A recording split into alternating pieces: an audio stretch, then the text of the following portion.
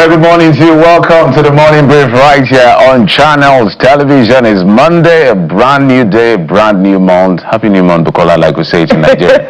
And happy New Month to you, Jeffrey Uzama. Yes, indeed. Happy New Month to you, Jeffrey, and happy New Month to all Nigerians. Many outside Nigeria may not understand it, but it's part of our ethos here in Nigeria to greet each other on the first day of every month, a Happy New Month. But we weren't here on Saturday, so Happy New Month to you. Welcome to your perfect morning starter, and it's about to get better as we take you through reports that have dominated the headlines in the last 24 hours, helping you make sense of it all, and of course giving you information that you can use as you go along your way today and indeed through the entire week. And so, Jeffrey, as we start off this morning, what has resonated with you the most, particularly in the last 24 hours? What have you been tracking? Well, one of the things I've been tracking, I've been smiling and laughing, has to do with the salvo that I'm seeing from the meeting of the Catholic bishops with the president.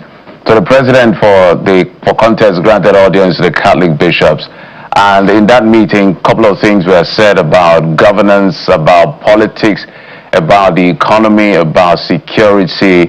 As you know, the Catholic bishops, led by the leadership of the Catholic bishops, Archbishop Ndagoso, who in that entourage was also John Cardinal Olaikon, who also was part of the delegation that went to see the president. And for them, they made what they think was a clear presentation to the president on the state of affairs from where they sit. Where the president also responded to the best of his ability from where he sits. And then later, Cardinal Olaikon also granted an interview to a sister station where questions were asked about how things happened there, where Cardinal Olaikon explained what he felt was his own observation, and that has gotten the presidency talking a lot. So, but let's take a listen to Cardinal and the president's short remarks, and then we'll come back so you can take a listen to them. There have been growing concerns about the electoral processes. We note the efforts being made to ensure that the elections are free, fair, and credible. It is our hope that you will be on the forefront in demanding that the Independent National Electoral Commission, INEC, delivers credible elections to ensure that Nigeria is set on the path of national development and integrity.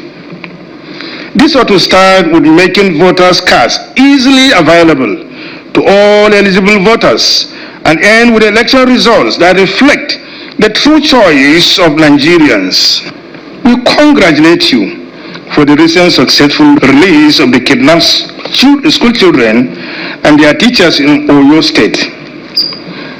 The arrest of some of the kidnappers and their speedy prosecution is one of the few positive indicators of what a willing government and its agencies could do to protect the life and property of citizens. Your key area is security or quality of life. I can tell you categorically, now with sincerity, that the country has been placed on sound footing. Sound footing. The economy has recovered. The alarm for bankruptcy, the dark tunnel of uncertainty that we entered into when I came in has changed. The spirit of the people and the economic tunnel that we've been passing through is now clearer. The economy is recovered and safe from bankruptcy. All is fair in politics and is equal opportunity. INEC, you mentioned, are neutral. They've never intimidated anybody. If political opponents are crying wolves, maybe they are afraid of their own shadows and the uncertainty in the companies they keep, not me. So that's President Bola Tinubu responding to some of the things raised by the Cardinal Bishop. So I'm asking myself, what exactly is the issue? Because I think that the cardinals, also the bishops, the archbishops, they made a presentation from their own standpoint. Their own standpoint of part full. The president came from a standpoint of part empty. And so all of this ensuing salvo. So if we pick the issues one after the other, they raise the issue of neutrality of INEC to do their job credibly so that the elections will reflect the true will of the people. I don't see any crime in that. I think it's a fair demand and a demand that should be consistent from all of us, even from the ruling party itself. On the issue of the economy, for instance, they raised concerns, some of the interpretation given to Cardinal Nikon. Now, because there were issues that, okay, let me break the issues down.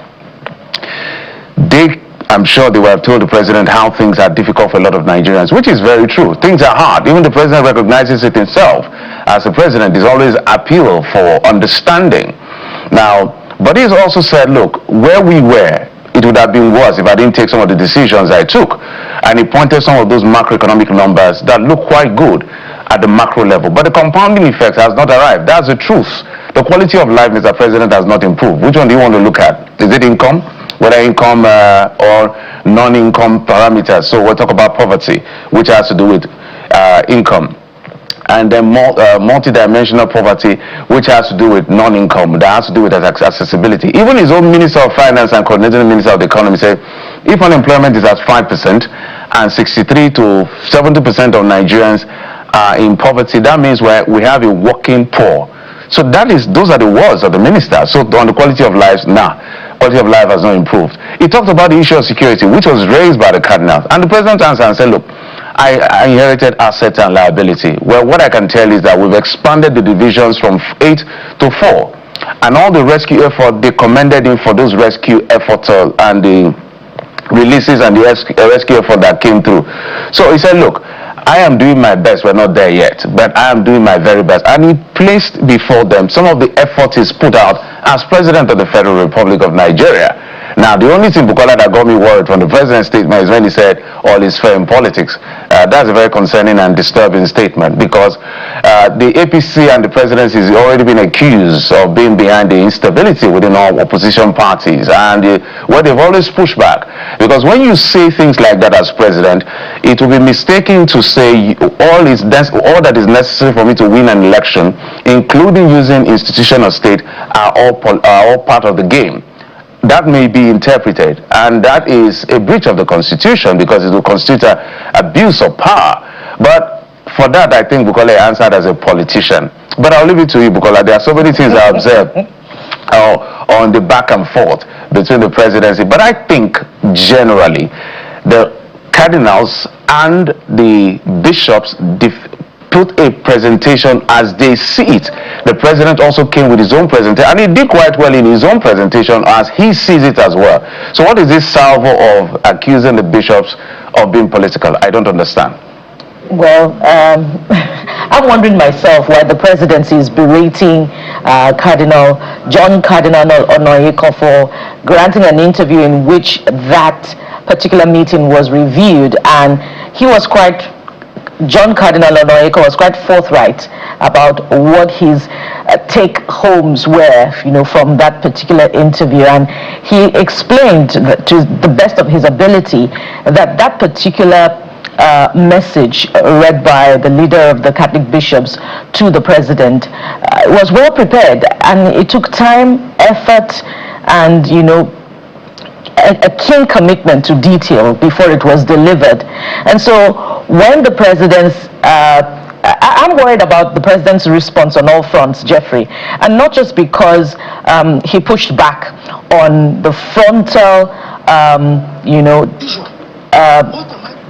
declaration of the Catholic bishops that the economy as it is presently constituted under this administration is not working for Nigerians. The president's pushback worries me, Jeffrey, because I believe that he has said in another fora in the past week that the poor will always be with us, and that the poor had been in this administration prior to this time. And so it makes me wonder, as I try to tie that with what the president had said in the past, where he said, let the poor breathe, that very popular phrase by now, what he has said time and again in different political meetings of the All Progressive Congress, directing the governors to wet the grass, asking for the implementation of local government autonomy.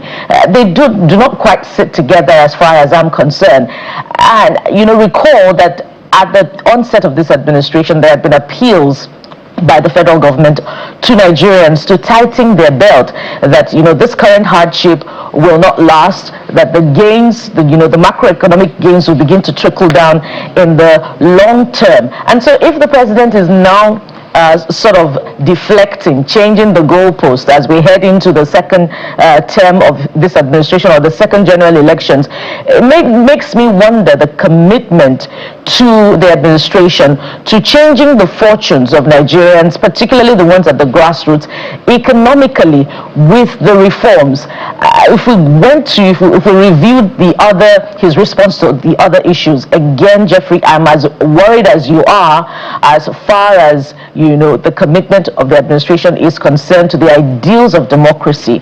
All may not be fair, in politics. That means that anything can be deployed, including intimidation of the opposition, including voter inducement, which is a very real problem in our current dispensation, including state capture that the opposition and indeed even civil society has accused this administration of time and again.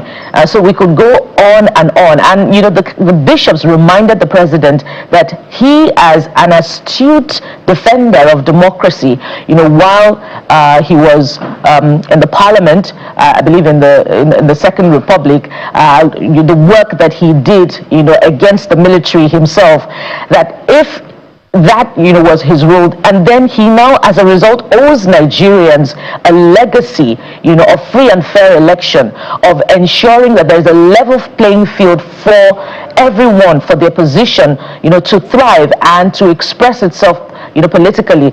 Who then wins now should be a matter of the independence of the electoral umpire, which is where we get to again, Jeffrey, when the president is saying that INEC is neutral. Is INEC indeed neutral? Remember the matter of Nafiu Balagombe, for which everyone says INEC's interpretation of the court's ruling at the time, aligned more with Nafiu Balagombe than with the opposition. And so if the president is saying that the INEC is neutral, is INEC really neutral, being that the president himself appointed the chairman of the electoral commission?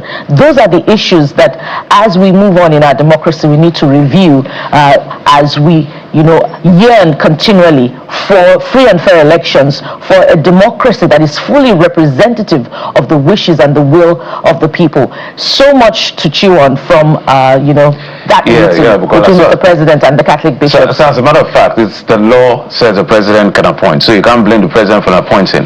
That's why we're saying change the law. Absolutely. As soon as it's possible.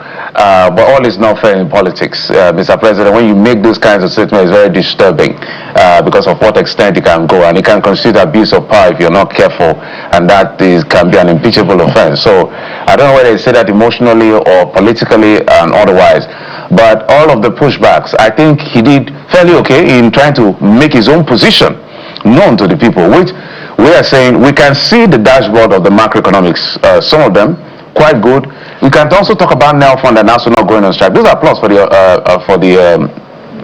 administration, but people are suffering, people are poor. There are more people in Nigeria than the people that are doing well. The data shows it. Even your government has the data. So we will continue to remind you, whether it's from the Catholic bishop or from journalists or citizens, we will continue. So all the handlers, my brother and friend Daniel Bwala and Sunday Dara and all of them, they went gone blazing. You will not stop hearing it.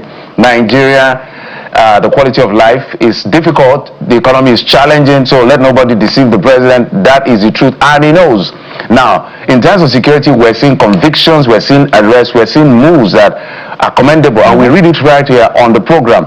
However, we are still not there. We're still not safe. You will continue to hear this until you hear it, So that's it for as far as this conversation is concerned. But I think the president did fairly well in his own position to put his part full. They did okay in part empty. The people will decide what they want. But we'll take a break now. When we come back, we'll take a look at what the papers are saying. Stay with us.